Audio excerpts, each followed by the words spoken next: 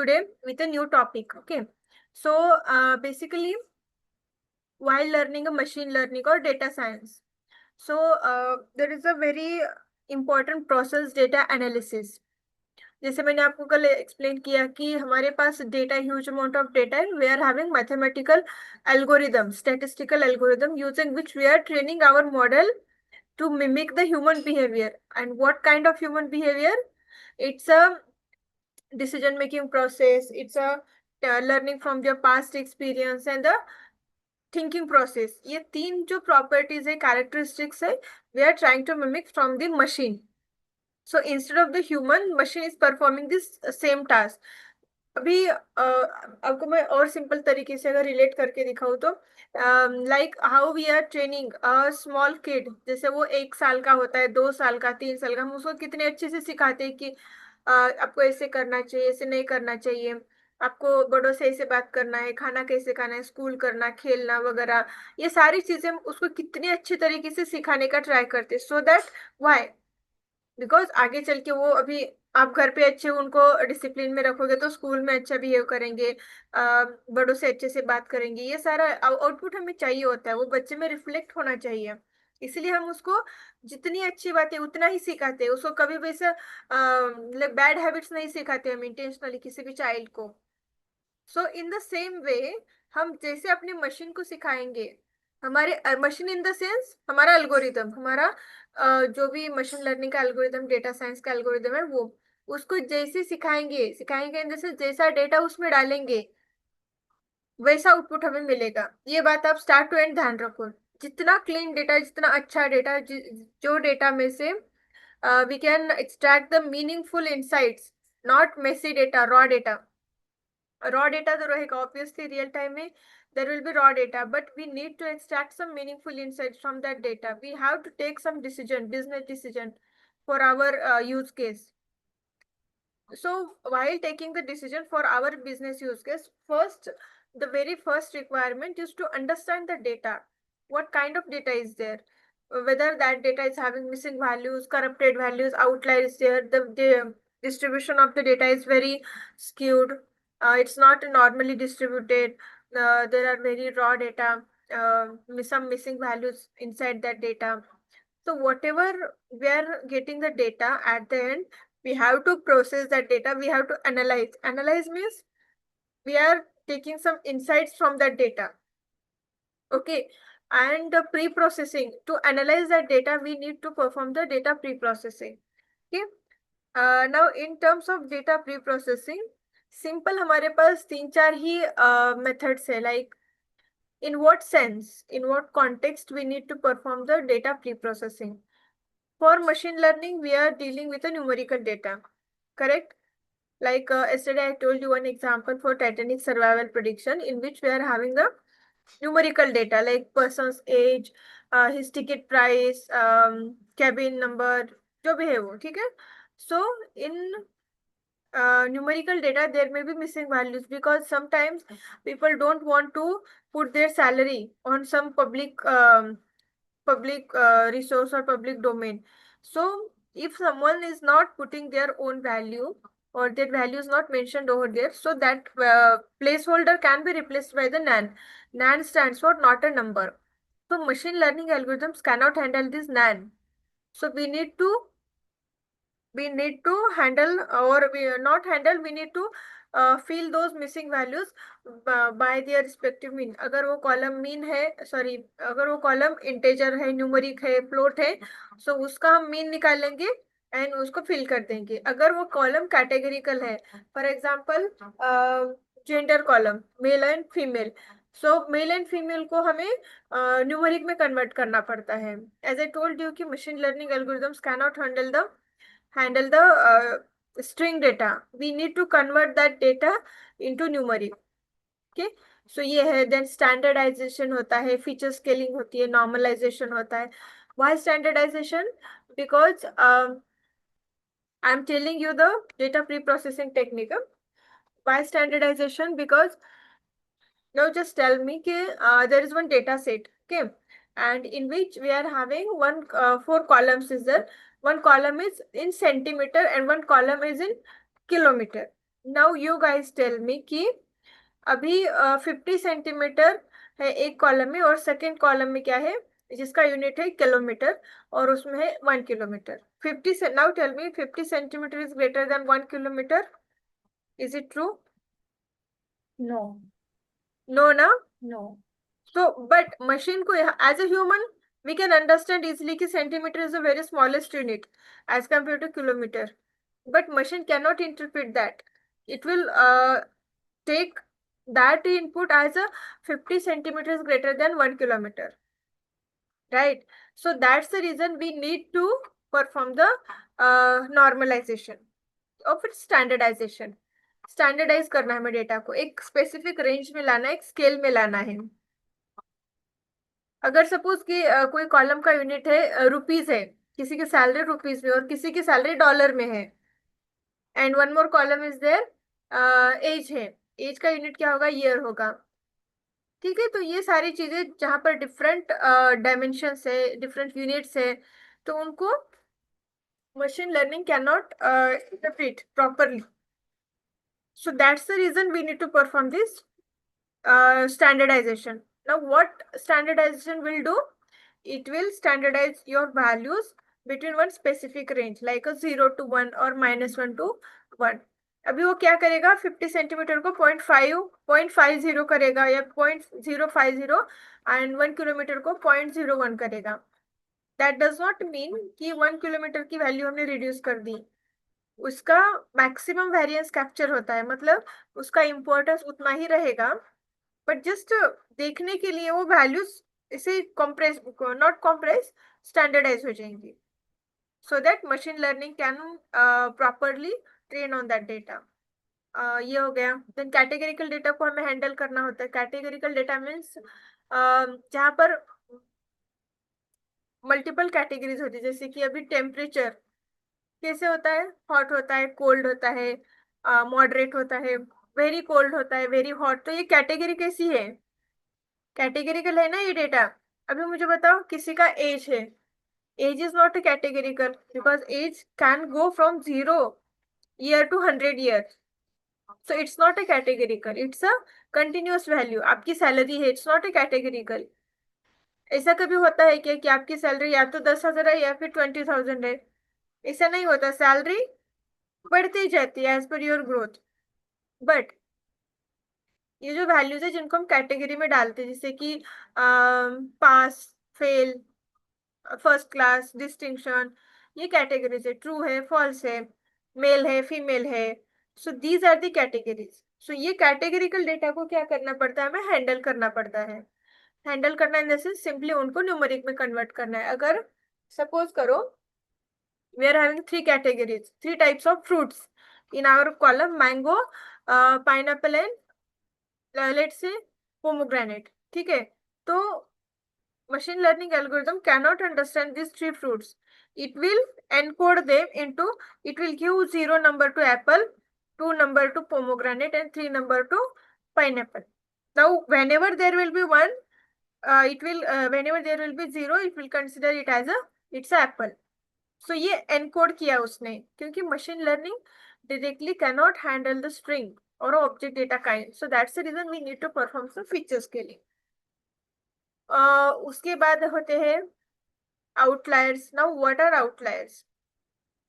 Outliers मतलब ऐसे data points होते हैं जो आपका जो डेटा, एग्जिस्टिंग डेटा सेट है उससे बहुत ज्यादा deviated. For an example, there are some numbers like a 0, 1, 2, 3, 4, 5, 6, 7, 8, 9, 10, and there is one more number whose value is 700. Now you tell me, these 0 to 10 numbers are in a proper scale, but there is one number which is very deviated. अगर हम उनको x Y plane में अगर plot करते हैं, visualise करते points को, तो 0 to 10 प्रॉपरली 2D प्लेन में हो जाएंगे स्कैटर प्लॉट से विजुलाइज। बट वो 700 पॉइंट एकदम से दूर दिखेगा ना हमें, आउटसाइड दैट प्लेन। सो इसको बोलते हैं डेविएशन, डेविएटेड। आउटलायर मतलब जो हमारा एग्जिस्टिंग डेटा सेट है उसमें एकदम आउटलायर है। हम बोलते हैं ना, अगर कोई एक ग्रुप का है and कोई दूसरे ग्रुप का हमारे ग्रुप में आता है, so we call it as a odd man out, और दूसरे ग्रुप का आउटलायर है, आउटसाइडर है वो, इस कॉन्टेक्स्ट में आप ले सकते हो उसको. सो sometimes we need to drop them, and sometimes we need to keep those outliers in our data set, because if we are dropping all the outliers, then we can, there might be chances to lose some important information. ठीक है. तो ये है data pre processing के technique, मैंने आपको orally बता दिए. तो अभी डेटा एनालिसिस करने के लिए एक पांडास नाम की लाइब्रेरी है, आपने नाम तो इसका सुना होगा. ठीक है. So pandas it's simply a open source Python library used for data manipulation and analysis. Manipulation करने के लिए हमें पाइथन लाइब्रेरी का यूज करना है. ठीक है. सो अभी मैनिपुलेशन मतलब क्या है, जैसे कि सपोज मैंने एक मेरे पास एक डेटा सेट है CSV फाइल में, तो उसको मुझे उसके कॉलम एक्सेस करने हैं, रो एक्सेस करने हैं, उसमें मिसिंग वैल्यू को फिल हैंडल करना है, या फिर उसमें नंबर ऑफ कॉलम्स कितने हैं ये फाइंड आउट करना है, उनका स्टैटिस्टिकल डिस्ट्रीब्यूशन कैसा है ये फाइंड आउट करना है, ये सारी चीजें मतलब डेटा मैनिपुलेशन. ठीक है. And there are two types of data structure in the pandas library. One is a series and second is a data frame. Now what is series? Series is a one dimensional labeled array, that's it, nothing else. बिल्कुल इसमें tension नहीं लेना है कि series क्या है अभी, और इसको मतलब आप भूल भी गए तो भी चलेगा, क्योंकि इसका उतना ज्यादा यूज नहीं होता. Data frame, it is getting extensively used. It's a two dimensional label data structure like a table simply. अभी मैं आपको वो रन करके दिखाऊंगी तो आपको इजीली वो समझ में आएगा, rather than going through this theoretical part. Simply एक टेबल कैसा होता है हमारा, डेटाबेस का टेबल या फिर कोई भी टेबल जिसमें एक कॉलम में एक आईडी है एंड दूसरे कॉलम में सबके नाम है, तीसरे कॉलम में सबका एजुकेशन है. तो ये कैसे टेबल स्ट्रक्चर हो गया, तो उसको बोलेंगे data frame. Okay. Any doubt up till here? No, ma'am. No. Everyone, please talk, guys. Please speak.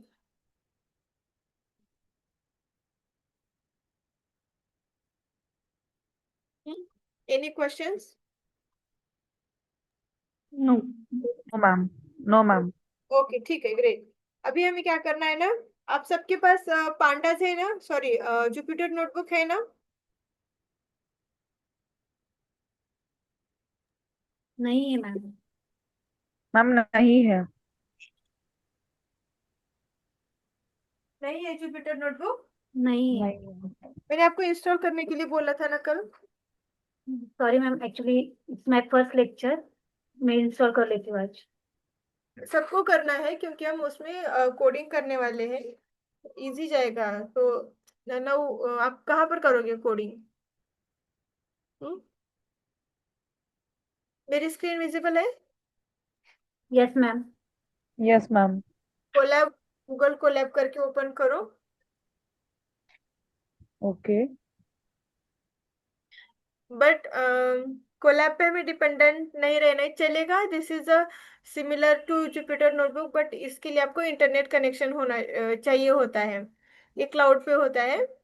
तो it's better to have a Jupyter notebook. यहाँ पर एक न्यू नोटबुक क्रिएट करो.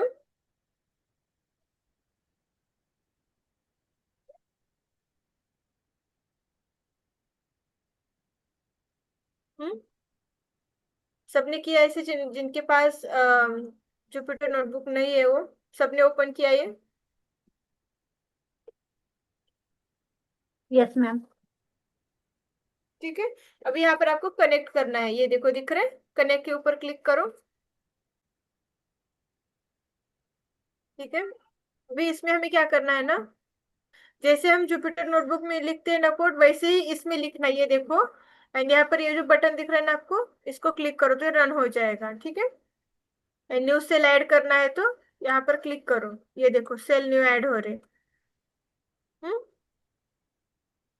मैम प्लीज स्टार्टिंग से बताइए ना, क्योंकि आपने जो पेज ओपन किया है ना, इट इज नॉट विजिबल, मतलब नहीं ओपन हो रहा है हमारे स्क्रीन के ऊपर। ये देखो, गूगल कोलैब लिखो एक न्यू टैब में, फर्स्ट लिंक आएगा जो भी उसको क्लिक करो। एंड अगर ये नहीं आ रहा है तो अगर आपको साइन इन करने के लिए अगर पूछ रहे हैं तो साइन इन करो आपका जीमेल का आईडी यूज करके। न्यू नोटबुक क्रिएट करो। Done everyone? Yes ma'am. ठीक है। तो अभी हमें इसमें कोड करना है। सबसे पहले आपको पांडा को इंपोर्ट करना है। तो ये लाइन ऑफ कोड लिखो, इंपोर्ट पांडा जैस पीडी, रन करो इसको। अभी इंपोर्ट करना मतलब क्या होता है ना, कोई भी library, there are multiple huge support of Python libraries. ठीक है। लाइब्रेरी मतलब क्या होता है कि डेवलपर लोगों ने एक बहुत सारे ऐसे मतलब डेटा फ्रेम के ऊपर काम करने के लिए छोटे छोटे फंक्शंस बनाए, उन उन सबको एक इसमें कंपाइल करके बंडल करके एक लाइब्रेरी बनाई, मॉड्यूल या पैकेज भी बोल सकते हो आप। उसका नाम है पांडाज। ठीक है। तो पांडाज इज ए लाइब्रेरी। अगर आपको वो सारे फंक्शंस आपके कोड में यूज करना है, पांडाज में जो जो है, तो आपको पहले उसको at the top of your code आपको उसको इंपोर्ट करना है। हम्म। जैसे कि मैंने यहाँ पर इसको इंपोर्ट किया है। मैम रन करने के लिए वो एरो पे ही टिक करना है ना? हाँ, वहां पर भी कर सकते हो, फिर शिफ्ट एंटर भी कर सकते हो ऐसे। अभी देखो मैं यहाँ पर भी कर रही हूँ।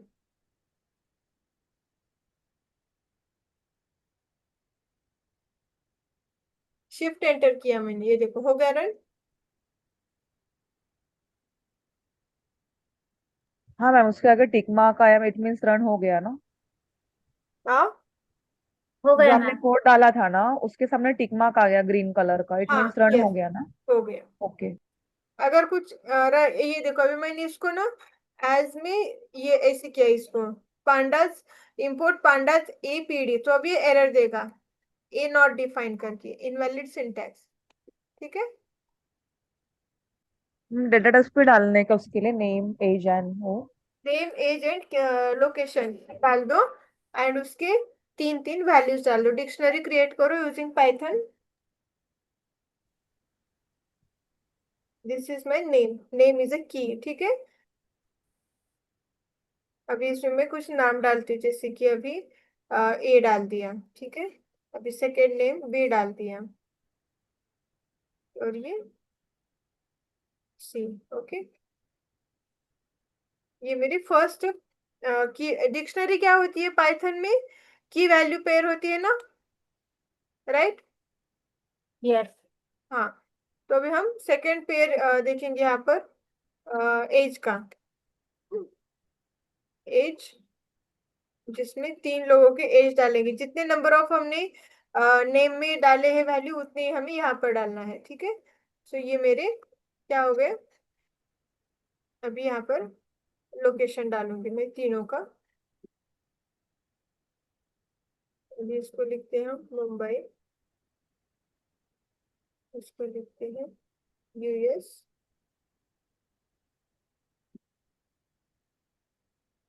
और इसको लिखेंगे हम पुणे। ठीक है। तो ये हमारी डिक्शनरी है। डिक्शनरी इज अ की वैल्यू पेयर, ये की बोलते हैं इसको, इसको इसकी वैल्यू की वैल्यू पेयर होती है। अगर हम डिक्शनरी को ये करके देखते हैं तो इसको कॉल करके देखेंगे। So this is our dictionary. ठीक है। इसका टाइप चेक कैसे करेंगे, प्रिंट टाइप ऑफ डेटा, मतलब जो भी आपका डेटा स्ट्रक्चर आपने डिफाइन किया, अगर उसका आपको टाइप पता नहीं है तो you can use this type function. So it's a class dictionary. Okay. अभी हमें क्या करना है, इस डिक्शनरी को हमें डेटा फ्रेम में कन्वर्ट करना है। Now what is data frame?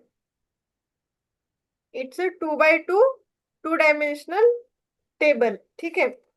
तो data frame stands for DF PD. PD मतलब हमने जो यहाँ पर ऊपर डिफाइन किया है ना, वो पीडी टैब डेटा फ्रेम। ठीक है।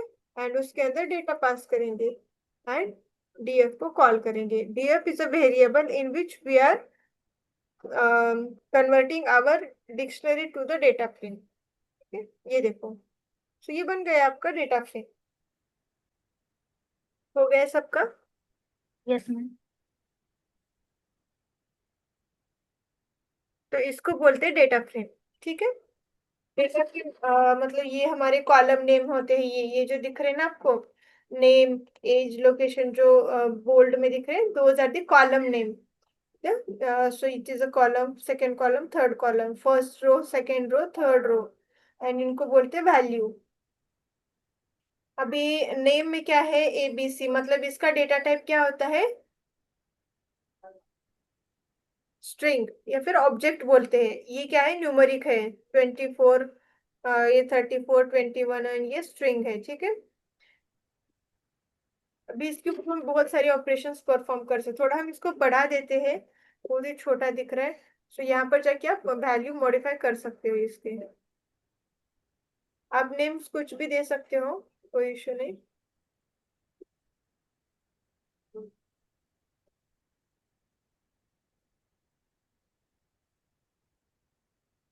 मुझे कोड में रिपीट करना है क्या मैम? हाँ, उसी डिक्शनरी में हम कुछ वैल्यूज मॉडिफाई करेंगे। ठीक है। तो अभी देखो आपका डेटा फ्रेम बदल गया। आप इसमें कॉलम भी ऐड कर सकते हो, न्यू, एक न्यू की ऐड करो, सैलरी वाला। ठीक है। ट्राई करो ये आपको, मतलब आप करोगे तो आपको समझ में आ जाएगा नेक्स्ट टाइम कैसे करना है। ये सैलरी में हम इसकी सैलरी इतनी करते हैं, बहुत ज्यादा हो गई ना, कम करते हैं।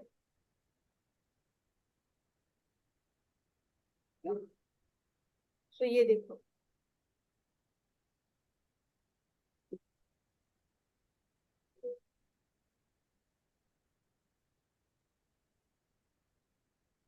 ओके। तो 4 कॉलम है और 5 रोज है।